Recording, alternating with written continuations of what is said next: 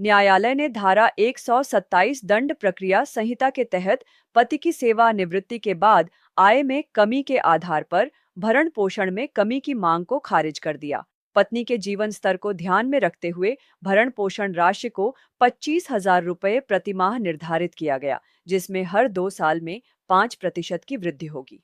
न्यायालय ने पति की सेवानिवृत्ति के बाद आय में कमी को ध्यान में रखते हुए भरण पोषण राशि को 30,000 रुपये से घटाकर 20,000 रुपये कर दिया।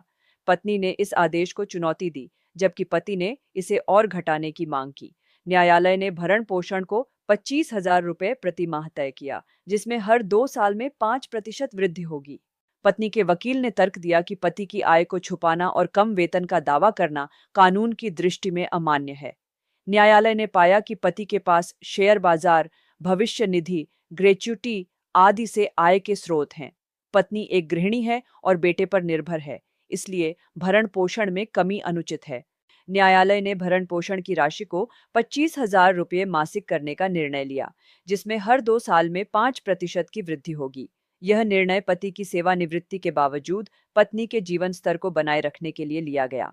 न्यायालय ने यह भी स्पष्ट किया कि भरण पोषण की प्रभावी तिथि आदेश की तारीख से होगी। न्यायालय ने धारा 127 दंड प्रक्रिया संहिता के तहत भरण पोषण की राशि को 30,000 रुपये से घटाकर 20,000 रुपये कर दिया।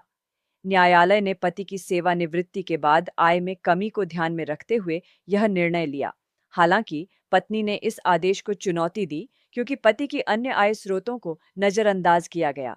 न्यायालय ने पति की सेवानिवृत्ति के बाद वित्तीय स्थिति में बदलाव को ध्यान में रखते हुए भरण पोषण राशि को 25,000 रुपये प्रतिमाह करने का आदेश दिया। हर 2 साल में 5% की वृद्धि होगी। यह निर्णय भरण पोषण के लिए वास्तविक वित्तीय क्षमता का आकलन कर